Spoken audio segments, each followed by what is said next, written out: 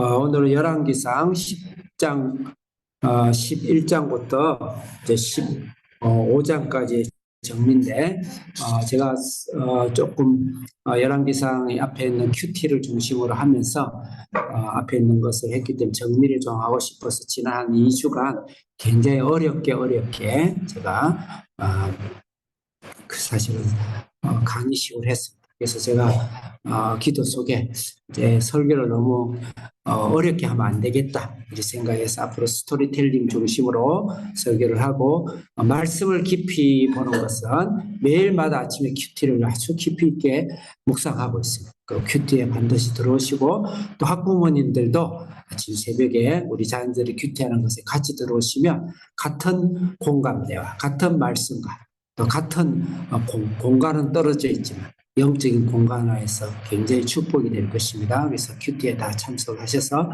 말씀을 묵상하고 주일은 그것을 다시 리뷰하고 다시 이렇게 기억을 더듬는 그렇게 해서 가능한 제가 전문적인 어떤 그런 설교보다는 조금 스토리 중심으로 간단간단 정리하는 중심으로 성경을 이렇게 많이 찾지 않고 하는 형태를 하겠습니다. 제가 약속은 잘 안 지켜지겠지만 최선을 다하겠습니다. 그래서 혹시 제 말이 잘 믿기지지 않겠지만 너무 어렵게 설교 안 할 테니까 그동안 겁먹은 분은 저를 믿어주시고 신뢰를 회복해 주시기 바랍니다.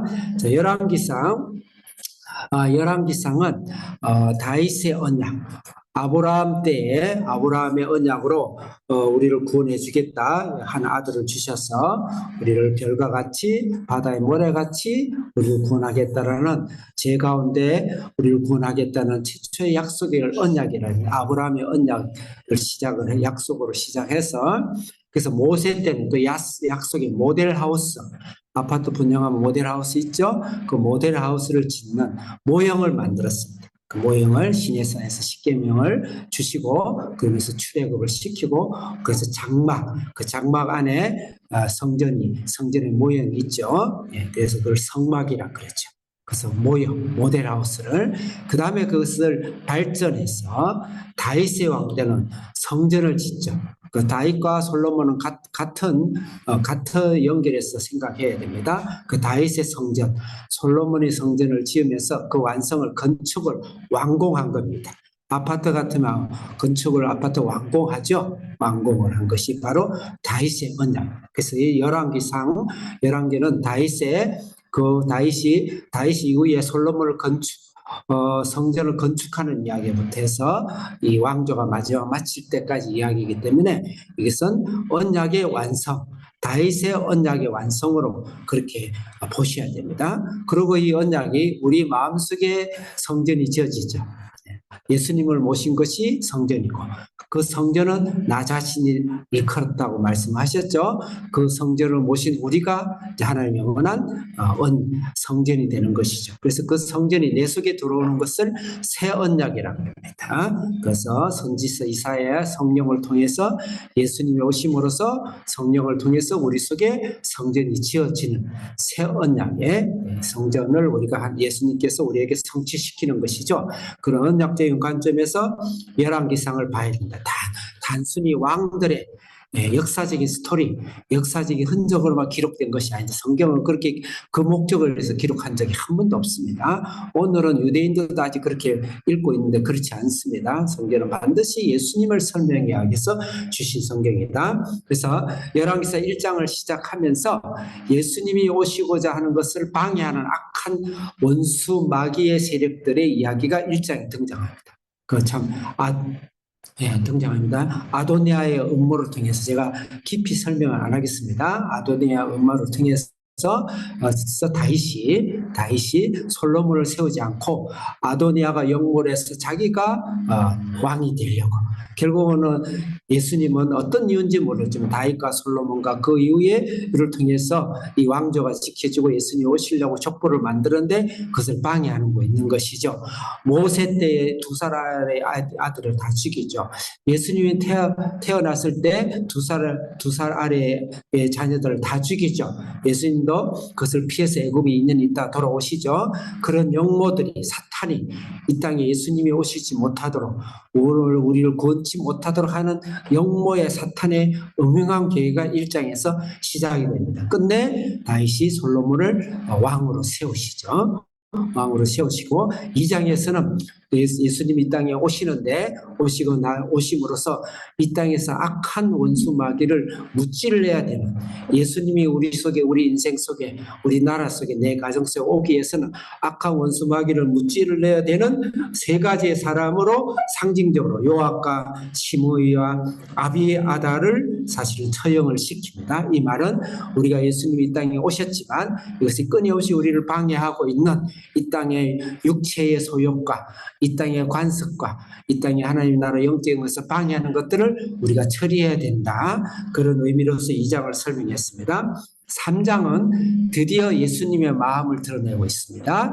예수님의 긍휼과 자비와 사랑과 인애를 사실을 나타내는 것을 지혜라는 단어로, 그래서 지혜는 결과적인 것이지 지혜의 근본적이고 근원적이고 본질적인 것은 바로 사랑이고 긍휼이고 또 자비고 불쌍히 여김이고 그것이다. 그것을 해서 솔로몬의 지혜로 표현하고 있는데 특별히 창기의 자녀를 이야기합니다. 창기라는 것은 창녀를 이야기하는데 인생이 막다른 길로 갔죠. 더 이상 인간 이하의 삶을 살 수 없는 것이 창녀죠. 마지막 소원인 아들을 도둑질 당했습니다. 그 마음이 어떨까요? 근데 그 도둑질한 아들을 반을 쪼개서 죽게 생겼어. 그때 그 부모 마지막에 소원인 그 어린 인생에 있어서 막다른 길에 있는 여인의 그 아픔과 그 자녀를 향한 애통과 사랑과 절대절명의 그 마음이 어떨까요? 그것을 담아서 예수님이 우리를 향한 마음, 하나님이 우리를 향한 마음을 사실 이야기한 것입니다. 지혜라는 것, 솔로몬이 많은 지혜를 받았어요. 그건 결론적인, 결과적인 것이고 중요한 근원적이고 본질적인 게 더 중요하다. 다시 나서 성전을 이 땅에 세우시고 다윗의 왕조를 통해서 언약을 완성해서 예수님을 보내시는 것은, 그 마음은 창기의 막다른 마지막 아들을 도둑질 당하고 그것도 울며 불면데 그것을 또 반동가리를 내야 되는 그 엄마의 마음, 그것이 바로 예수님이 오시는 마음이다. 그것을 이야기한 것입니다. 그걸 지혜라고 표현을 하고 있습니다. 4장에서는 이제 왕정을 솔로몬이 등극을 하면서 왕정을 조정하는데, 그래서 왕정을 그 제사장 중심으로 세웠습니다. 4장에서는 제사장 중심이라는 것은 우리의 모든 예수 그리스도를 믿고 난 우리의 일생의 삶은 예배를 중심으로 우리가 모든 삶을 살아야 된다. 직장은 왜 구해야 됩니까? 하나님을 예배하기 위해서, 잘 예배하기 위해서 직장을 구해야 된다. 취업은 왜 해야 됩니까? 사업은 왜 해야 됩니까? 하나님을 예배하기 위해서, 우리 인생의 목적을 잘 성취하기 위해서. 결혼을 왜 해야 됩니까? 결혼은 신성한 것이니까 하나님 예배하는 것보다 더 조금 중요하고 좀 조신하게 생각해야 된다. 옳습니다. 그렇지만 결혼 자체도 하나님의 영광을 위해서 결혼을 해야 됩니다. 자녀는 왜 놓습니까? 부모에게 자녀는 거의 우상이죠. 소중합니다. 하나님 다음으로 이 땅에서 가장 소중하고 가장 중요한 사명이고, 다른 건 몰라도 자녀는 바로 세우고 바로 키워야 됩니다. 그렇지만 자녀도 하나님 예배를 해서 자녀를 세워야 된다. 그래서 그 왕궁을 중심으로, 제사장을 중심으로 모든 왕정, 모든 지방 행정을 이끌어가는 그 모습을 이야기하고 있습니다. 자, 5장부터는 드디어 성전 이야기가 나오기 시작합니다. 성전의 준비 단계죠. 여러분들이 저번에 나눠드린 설교안을 여러분 견질하면서 저희가 소리를만 들으시면 됩니다. 그냥 이야기를 들으시면 됩니다.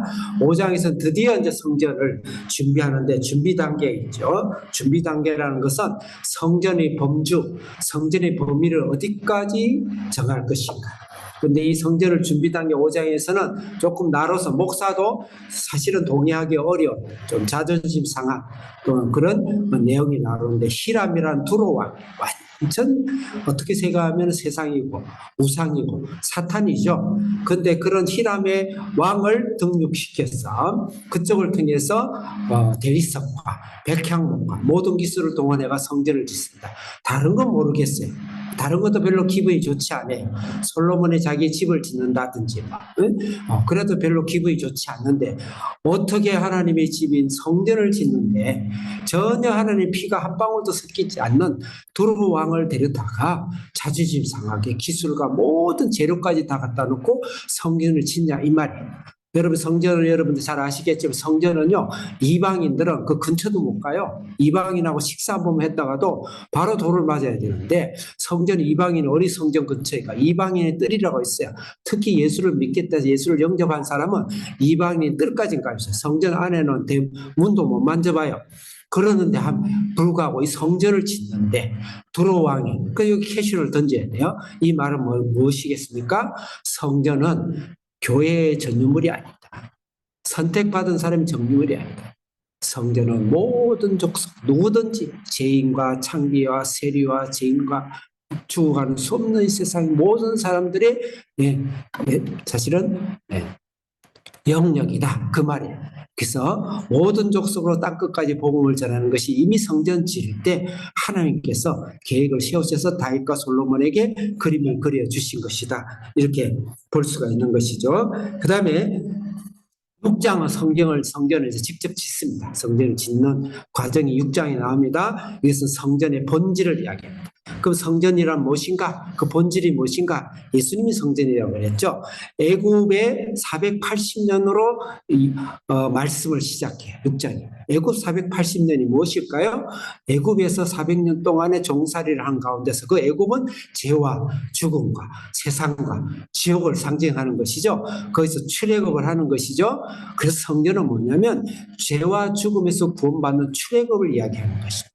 그때 문설주의 피를 바르고 죽음의 사자가 뛰어넘는 과정만 구원을 받죠. 그 성전은 예수 그리스도의 보혈을 이야기하는 것입니다. 예수 그리스도의 우리를 위해서 죄와 사망과 죽음에서 구원해내는 것이 성전의 본질이다 이 말이죠. 그뿐만 아니고 제사의 지성소까지 깊이 들어가는 깊이까지 들어간 성화의 단계까지 가는 것이 성전의 본질이다. 그게 바로 6장에서 말씀을 하고 있습니다. 자, 그럼 7장에서는 이 성전 예수 그리스도의 신앙, 이 거룩함의 성전 신앙의 적용을 이야기하고 있습니다. 어디까지 적용할 것인가? 주일에 예배 드릴 때만 거룩한 것이냐? 아침 큐티할 때 거룩한 것이냐? 거룩한 것이죠.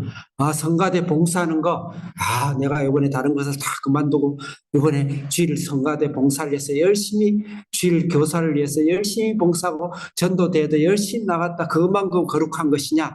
그렇지 않다는 것이죠. 여러분 일상사회 생활도 성전으로 취급하고 있습니다. 그래서 이 성전에 있어서 중요한 본질에 있어서는 왕궁을 이야기합니다. 이건 성전과 그대로 두세요. 성전과 다른 건물입니다. 근데 왕궁을 한국에서 그대로 두요.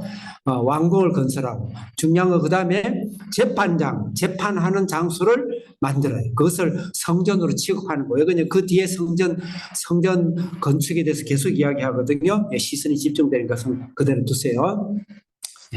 그래서 왕궁, 그 다음에 더 심지어는 바로왕의 딸을 첩으로 아내로 데려왔는데 바로왕의 첩에 궁을 지어줘요. 어떻게 성전 안에 성전에 포함되어 있는데 바로 애국은 완전 세상인데 세상에 바로의 딸을 데리고 온 것도 매를 맞아고 몽둥이를 맞아야 되는데 어떻게 하나님께서 집까지 지어주는 성전 안에다가 성전 안이라는 표현이 맞습니다. 어떻게 지어줄 수 있냐 이 말이죠. 그 다음에 성전의 뜰을 참석하는데 두로왕 히람뿐만 아니고 동명이인인데 이건 성경에서 의도적인가 모르겠는데 건축가의 히람이라고 있어요. 두로 사람이에요. 이 사람 혼연이에요. 반은 그리스도인이고 반은 유대인이고 반은 세상이에요. 그 반은 그리스도인이고 반은 세상이에요. 그런 적당한 뜨겁지도 않고 찹지도 않는 한마디로 세속적인 그리스도인, 혼합적인 그리스도인이죠. 그런 상징적인 인물을 성전의 뜰을 다 기둥을 만들게 하고 성전을 정비하고 제사장의 큰 물그릇을 만들게 하고 모든 그 동으로 전체를 장비를 만들게 합니다. 이 말은 무슨 말일까? 그럼 성전의 영역은 무엇인가? 주일에 성수 주일하면서 예배뿐만 아니라 그거는 물론 우리가 나아가서 가정생활 또 자녀를 키우는 양육하는 일, 또 내가 직장을 갔으면 직장 안에서 최선의 복음을 위해서 모범을 보이고 빛과 소금의 일을 감당하는 일, 더 나아가서 내 속에 이 세상에 있는 악한, 구원받고 나오는 악한 본성들이 있어요. 그 악한 본성까지, 그 본성까지 터치하고 본성까지 어울려 같이 살면서 본성을 깨고 부수고 싸움하는 일까지 성전에 포함된 것이다. 더 나아가서 우리가 세상을 너무너무 사랑해요. 하나님께 열심히 기도했는데 세상 나오면 세상이 너무 좋아. 우상이 너무 좋아. 세상과 타락하기 돼. 세상과 막 같이 술 먹고 담배 피우고 하면서 세상 짓도 해요. 그럼에도 불구하고 그것까지도 하나님이 포함해서 그것을 용서하겠다는 게 아니, 그것을 용납하겠다는 게 아니고 그것과의 싸움도 거룩한 성전 안에서의 거룩한 싸움이다. 그것을 포함시킨 것입니다. 그래서 성전의 영역은 무엇인가? 낮과 밤으로 구분되듯이, 흙과 백으로 구분되듯이 하나님의 일과 세상의 일을 구분시키지 않다는 것이죠. 세상도 우리가 솔로몬의 바로의 딸을 사랑하면 안 되겠죠. 네, 히람처럼 세상도 사랑하고 적당히 하나님을 사랑하는 그런 사람이 되면 안 되겠죠. 그것까지 싸움에서도 이기도록 우리가 선한 싸움을 싸우도록 성전 영역 안에 포함시켰다. 그렇게 볼 수 있습니다. 중에서 제가 좀 길게 했습니다. 8장입니다.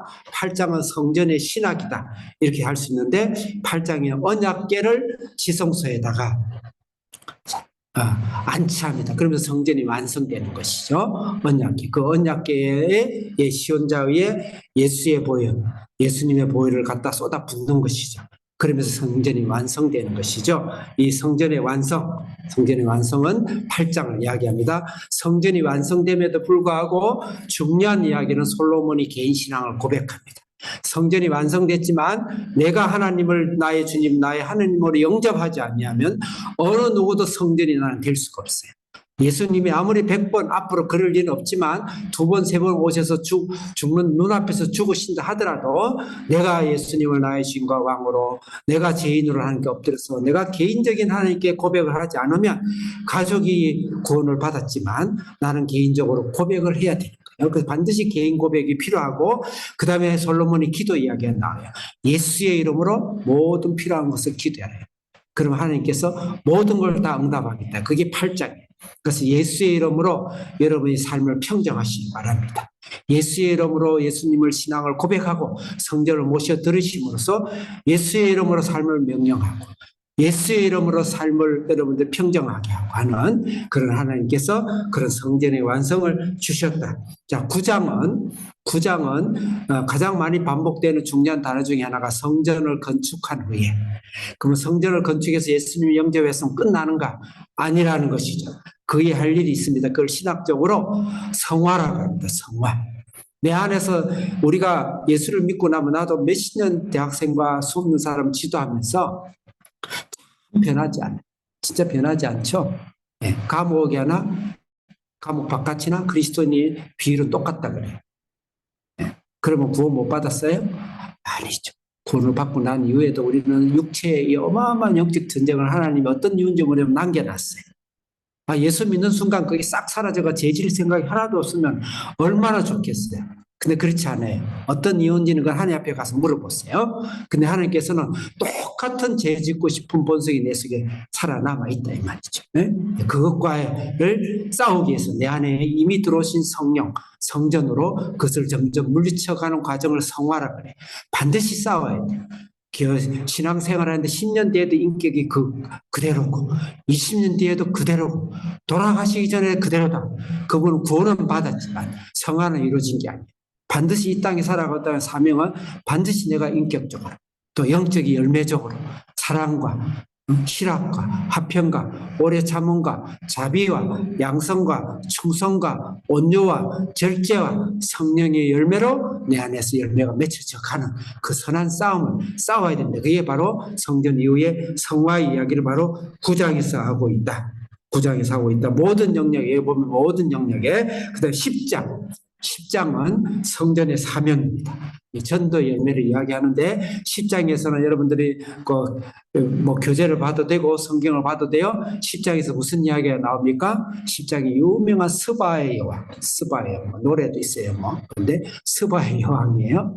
스바의 여왕이 그렇게 아름다웠는가 봐요. 그 솔로몬을 찾아왔죠. 스바예요. 그때 스바가 지혜를 탐해서 지혜를 갈구해서 찾아왔어요. 근데 중요한 건 성경을 읽어보면 스바가 찾아와서 솔로몬이 전도를 받고 회개하고 예수님을 영접하는, 예수님을 영접하고 하나님의 영광을 찬양을 드려요. 이 말은 뭡니까?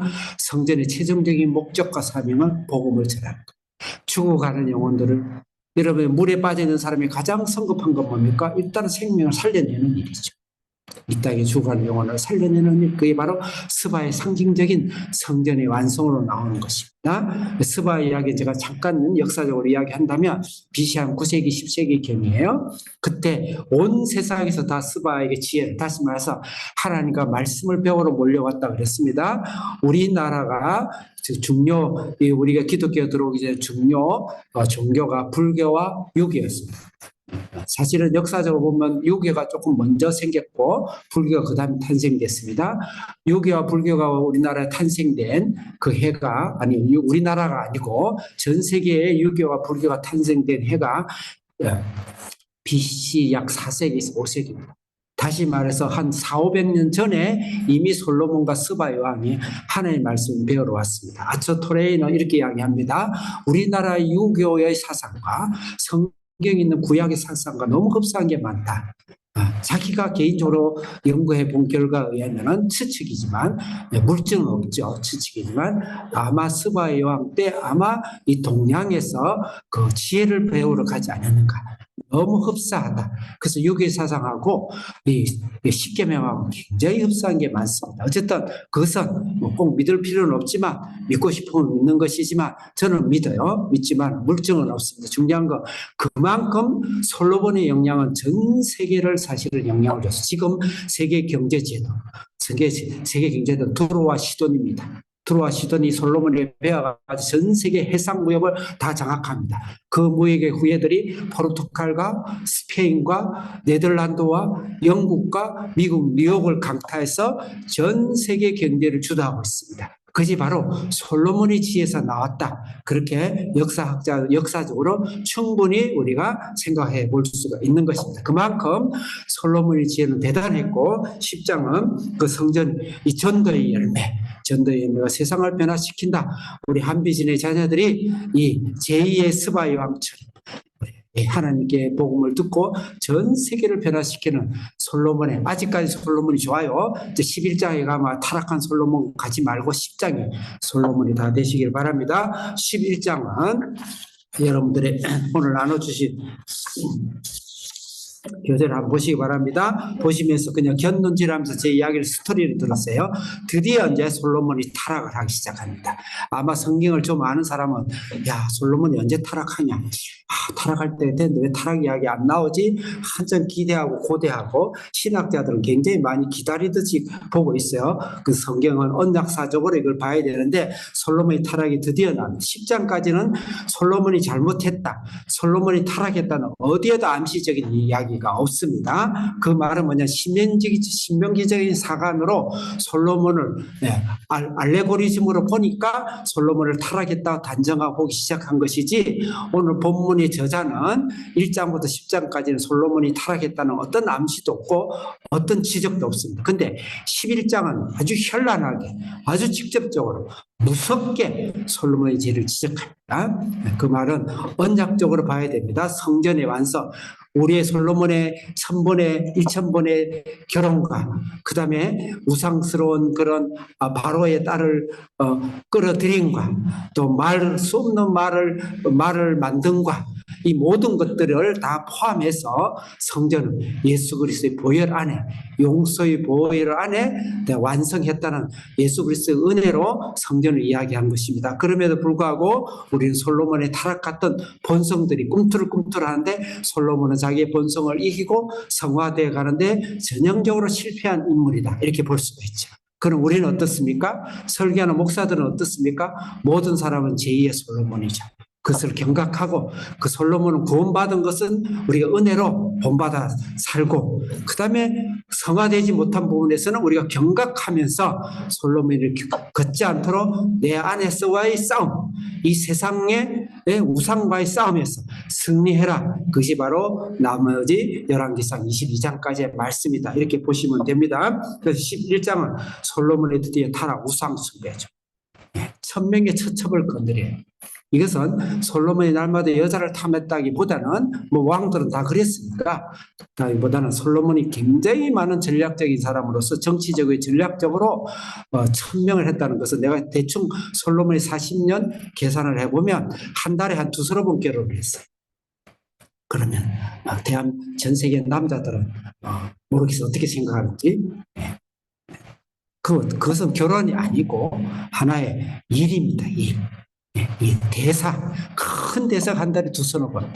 여러분 인생에도 한 달에 두서 번은 진짜 인생을 흔들 만한 일이 생겨요. 너무 무디해서 그렇습니까? 인생을 살면 살수록 많이 느낄 거예요. 나이에 비례해서요. 한 달에 두세 번은 인생을 송두리째 무너뜨리는 일이 자녀의 일로, 가정의 일로, 친척의 일로, 사업의 일로, 또 여러 가지 사회적인 일로, 국가적인 일로 흔듭니다. 1000번. 그런 1000번의 대사 속에서 우리가 하나님 앞에서 솔로몬처럼 지지 말라. 이렇게 우리가 볼 수가 있는 것입니다. 그래서 11절은 우상 숭배를 해서 하나님께서 그 솔로몬을 다른 너희 신하에게 내가 줄 것이고 너희 예수님이 오시기 위해서 유다 지파 한 지파만 내가 통해서 예수님을 준비하겠다. 이 말씀이 11장에 나옵니다. 그러면서 대적을 일으키기 시작하죠. 전통 3명의 대적. 에돔의 하닷, 그 다음에 수리아의 르손, 그 다음에 자기 안에 있었어의 이스라엘 자기 그 솔로몬 안에 있었어의 대적 여로보암. 이제 여로보암 이야기 중요하죠. 3명의 대적을 일으키면서 하나님 안에서 솔로몬의 그 우상 숭배와 하나님의 타락하고 하나님의 성화되지 못한 것에 대해서 끊임없는 싸움의 이야기를 시작을 하게 됩니다. 그러면서 여로보암이 특히 여로보암을 주목해야 되는데 아히야라는 제사장 아니 선지자가 오면서 새 옷을 12조각을 찢어가지고 10개는 여로보암 내게 줄게. 이 말은 반역자 여로보암이 솔로몬을 반역해서 북이스라엘을 세울 것이다. 이 말입니다. 그렇지만 네가 하나님의 법도와 명령과 말씀을 잘 지키면 내 왕위가 영원하게 할 것이다. 그런데 바로 돌아서서 바로 깨버리죠. 12장은 솔로몬의 타락을 통해서 드디어 12장은 분열 왕국이 시작되는데 북쪽에는 여로보암, 남쪽에는 르호보암이 솔로몬이 후예가 됩니다. 그쪽을 통해서 예수님이 오시는 겁니다. 족보는 남겨놔 있지만 10개, 12지파 중에 10개의 지파가 여로보암 완전히 적군이 되는 거죠. 하나님의 적군이 됩니다. 사실 북이스라엘은 영적으로 보면 완전 세상입니다. 배도했습니다. 하나님의 구원은 티끌도 찾아볼 수 없는 철저히 사탄화되어 버리는 왕국으로 변화되어 버리는 곳이 사실은 배도하는 곳이 바로 북이스라엘 이렇게 볼 수가 있습니다. 그럼 12장에서 솔로몬의 후예로 되는 남유다가 나오는데 르호보암이죠. 르호보암의 이야기 이렇게 나옵니다. 여로보암이 열 지파를 하는 북이스라엘 사람을 이끌고, 물론 본문은 북이스라엘이 여로보암을 데려왔다 하지만 어쨌든 이끌고 르호보암에게 찾아옵니다. 그러면서 이제 반발을 하죠. 내가 너희 다윗성을 지으면서 백성들이 너무 힘들었다. 이제 다 풀어주라 이렇게 요구합니다. 백성 여러분, 우리 신앙생활 하다 신앙이 없어지면 이런 예배 드리는 거라 이런 것들이 굉장히 지치고 지루하고 무거운 짐으로, 신앙이 없으면 그래요. 신앙이 있으면 그게 굉장히 즐거움인데 신앙이 싹 사라지면 그게 무거운 짐으로 옵니다. 그래서 나를 진단할 때도 내가 예배가 되게 힘들고 지루하고 하기 싫다 그러면 신앙이 많이 떨어진 걸로 생각해야 돼. 그래서 여로보암의 길을 걷지 않도록 우리가 하나님께 항상 회개해야 되겠죠. 그래 왔어요. 그럴 때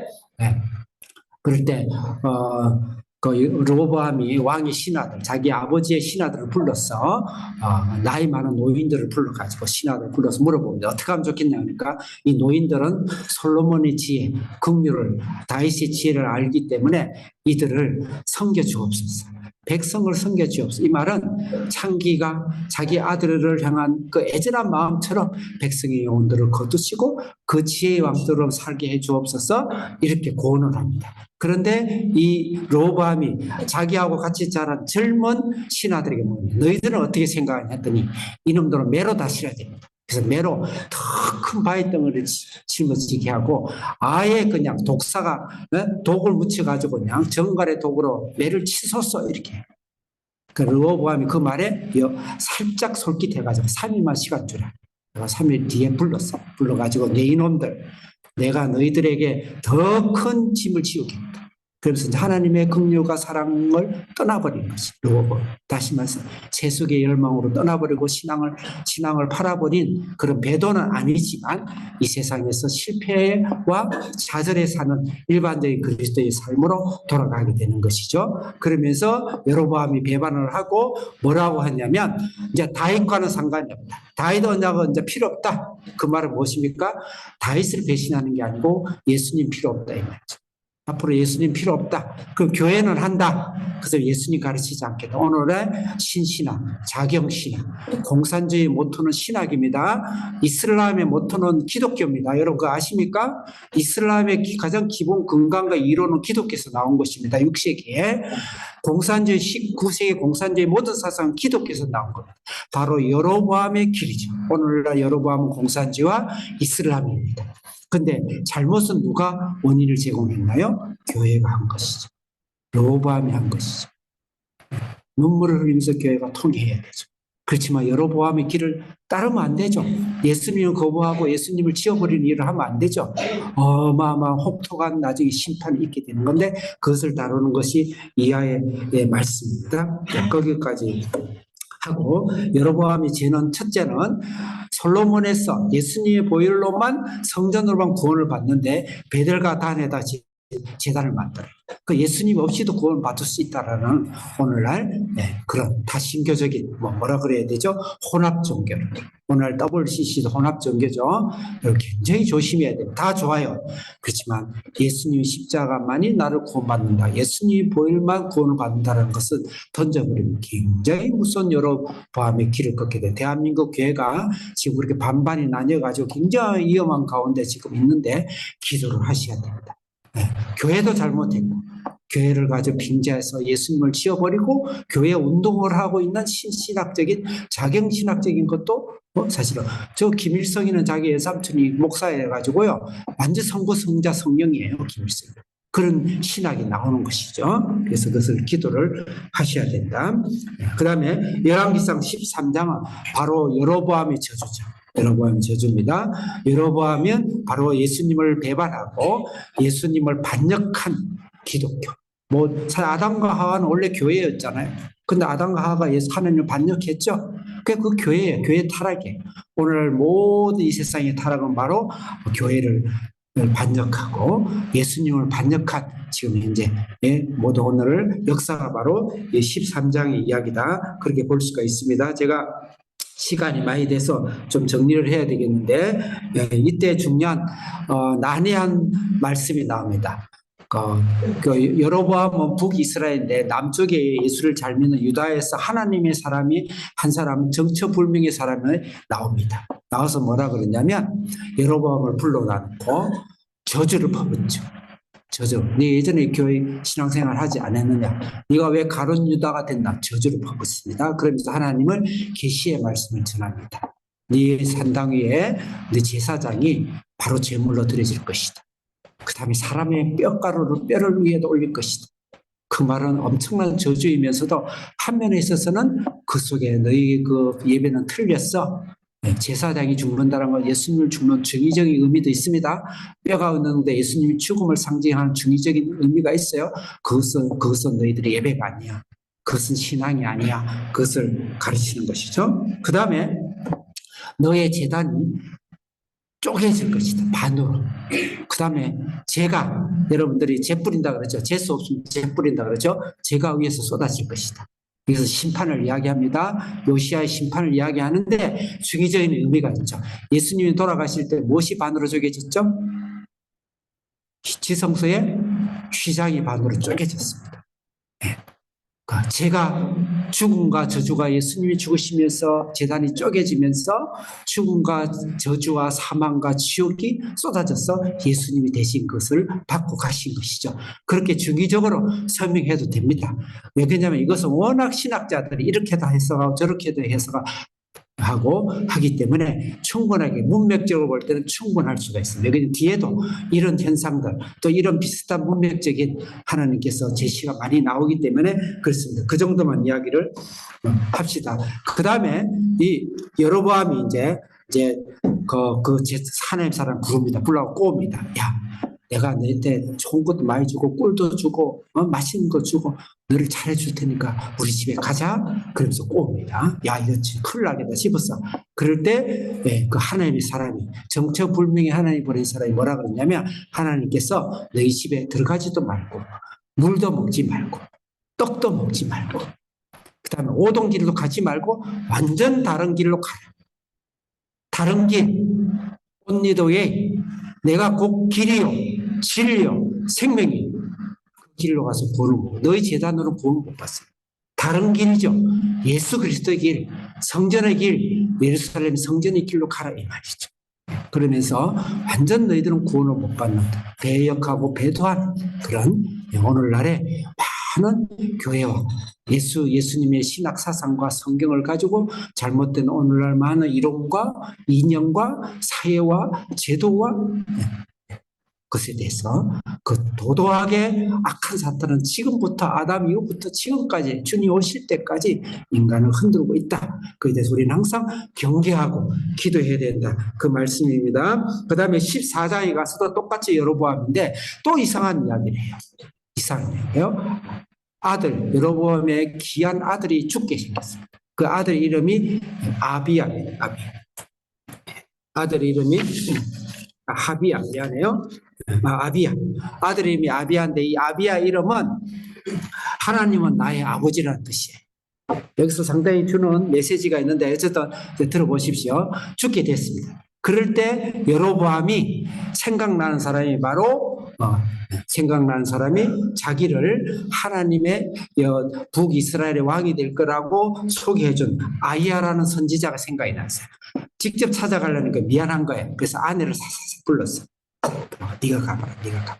나도 이제 조금 애매하고 좀 곤란한 거 우리 철람 사보고 네가 해라, 네가 전해라. 그래 하거든. 가봐라. 그러듯이 남자가 제일 잘 사는 여자에게 핑계대는 거야. 아담이 뭐라 그랬어요? 하나님이 네 놈 그러니까 뭐라 그랬어요? 두 번 생각 없이 가와 그랬습니다. 그랬죠. 그렇듯이 착 보내는 그 인간의 원래 본연의 제 본성이 남한테 전가하고 하는 거, 변명하는 거, 그걸 보내서 내가 그 사람이 눈이 멀었을 것이다. 눈이 안 보일 거니까 가서 문인 척하고 아들을 좀 고쳐주라고 해라 그랬죠. 그럴 때 아이야의 선지자 눈은 멀었지만 연계가 열리니까 발자국 소리 들어보고 이미 그가 온다는 거 하나님 계시를 받았죠. 그래서 오자마자 네 아들은 죽을 것이다. 너희들 자녀들은 개에게 먹힐 것이고 새에게 쪼임을 당하도록 완전 패망할 것이다. 하나님을 우리가 절대 예수님의 보혈, 교회 다니면서도 예수님의 보혈을 놓지 마세요. 혹시 어떤 사람 십계명을 가지고 막 꼬아야 되는데 예수의 보혈을 놓으면 안 돼요.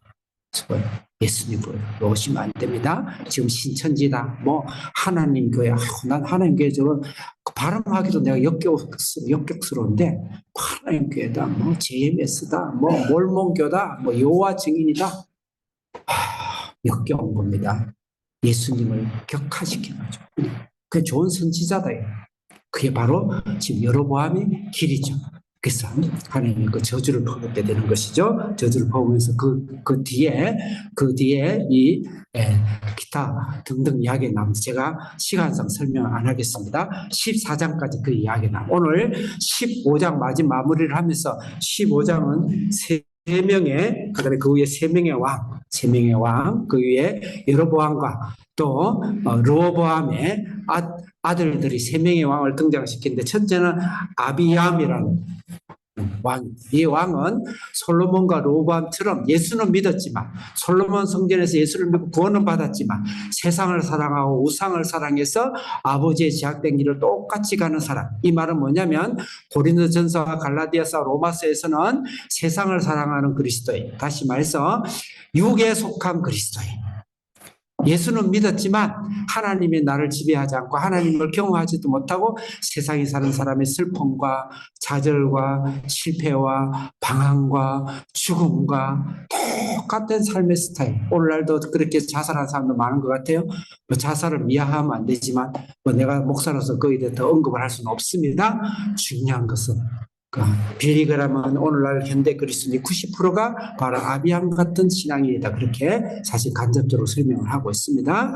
우리가 여기서 빨리 벗어나서 어떤 사람이 되느냐? 아사왕 같은 신앙이 돼요. 아사왕은 오늘날 성령의 다스림을 받고 있습니다. 성령이다. 구원은 받았지만 구원받은 예수님이, 부활한 예수님이, 성령님이 친히 나의 삶을 다스리십니다. 다스리서 내 영역을 자꾸 내드리는 것입니다. 그게 종교개혁이지. 요시아와 히스기야와 아사 왕은 3대 종교개혁으로 보는데 내 안에서 성령이 다스리도록 내드려요. 그래서 똑같은 다윗의 길로, 완전한 온전한 길로, 아사 왕이 그렇다고 완분누구라는 사람은 아닙니다. 다윗의 길로 가는 그런. 세 번째로는 나답 왕입니다. 나답 왕은 바로 여로보암, 완전한 타락해버린, 완전 배교해버린, 가룟 유다 되어버리는, 가룟 유다 되어버린 그런 오늘날 이슬람 같고, 오늘날 공산주의 같고, 오늘날 몰몬교 같고, 여호와 증인 같고, JMS 같고, 하나님 교회 같고, 신천지 같은 그런 삶을 사는 나답이 완전 자연 내추럴맨이라고 그러죠. 내추럴, 자연 그대로 사는 사람. 이 세 종류의 사람은 이 땅에 있다. 우리는 어떤 길을 갈 것인가? 절대 자연이 예수님을 거부하면 안 되죠. 예수님을 통해서 우리가 하나님 영원한 우리 죄를 사함받고 너무 좋은 천국이 내 속에 펼쳐져 있는데 그 천국을 맛도 못 보고 물 한 모금 못 보고 건빵만 먹다 천국 가는 그런 사람 되지 마시고 아사왕처럼 다윗의 길을, 솔로몬의 영광을 이 땅에서도 실현하고 천국 가서도 하나님 실현되어지는, 우리가 가는 곳마다 하나님 나라가 설파되고 전 세계가 변화가 되고 나를 통해 내 자신을 통해서 세상이 다시 역사가 쓰여지고 아직까지 내 가문 이래를 한 번도 경험하지 못한 하나님의 영광들이 내 자녀 속에서 드러나는 그런 삶에 사는 여러분이 되시고, 주사랑에서 성도들은 반드시 그 삶을 살아야 되며, 한비전 자녀는 전 세계 속에서 반드시 하나님의 성경의 영광이 드러나는, 다윗의 계보가 흘러가는, 이 세상을 정복해가는, 12제자리 세상을 정복하고 바울을 싣고 가는 배가 유럽을 싣고 가는 그런 놀라운 역사가 일어나는 우리 성도들이 다 되기를 축원합니다. 주여. 음악 되나요? 음악 좀 준비해 주세요. 조금 수동적인 것은 음악 미리 틀어놔 주세요.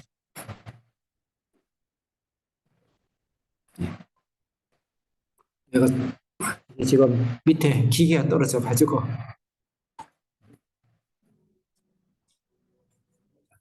우리가 같이 여기 기도를 하겠서 기도를 우리 학생들 그 50%는 신앙이 없는 상태에 오기 때문에 어른들이 기도를 크게 해줘야 돼요. 사실 우리 성도들에게 많아야 우리 학생들을 잘 끌고 가는데 우리 학생들 잘하고 있습니다. 그 기도를 할 때는 조용히 하는 기도도 있지만 또 크게 하는 기도도 있어요. 잘 못하는 사람은, 기도를 잘 모르는 분은 그냥 조용히 하시면 됩니다. 조용하게 하시면 됩니다. 주여 주여 세 번 외치고 우리가 아사왕 같은 다윗의 계보를 잇는 솔로몬의 그 영광의 예수님이 하나님 우리 가운데, 우리의 삶 가운데, 자녀 가운데, 내 사업 가운데, 이 인생 가운데 전 세계를 지배하고 전 세계를 바꾸는, 아놀드 토인비는 히스토리, 역사라는 것은 히스토리, 예수의 이야기다. 솔로몬의 영광의 이야기다. 우리 자녀가 내 삶이 남은 인생 속에서 펼쳐지도록 우리 주사랑교회와 한비전과 또 우리 자녀들은 부모님을 위해서, 부모들은 자녀를 위해서,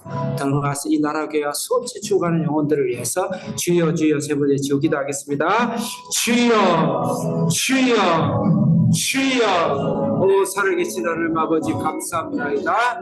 오늘 시간에 우리 아사왕을 통하여서 또 아버지 아비함을 통하여서 나답을 통하여서 솔로몬의 하나님의 그 영광의 예수 그리스도의 피를 씻고 열로 하나님 우리 속에 성전이 되시고 우리의 삶의 성전이 되시고 가정이 성전이 되시고 자녀가 성전이 되시고 나의 삶과 터전과 직장과 이 사회와 이 나라가 성전이 되어질 수 있도록 역사하시고 하나님 우리 자녀들이 가는 걷는 곳마다 우리의 성도들이 걷는 발걸음마다 하나님의 놀라운 역사에 성전의 역사, 하나님의 피 묻은 물씀의 복음의 역사, 능력의 역사, 승리의 역사가 나타날 수 있도록 역사하시고 성령을 기름 부으시고 성령의 기름을 입히시사 성령의 권능을 입히시사 하나님 치유되시며 회복되시며 악한 원수 마귀가 쫓겨나게 하시며 하나님 능력이 임하는 그런 우리 주사랑교회와 또 우리 성도들과 또 우리 한비전자에서 다 될 수 있도록 역사하여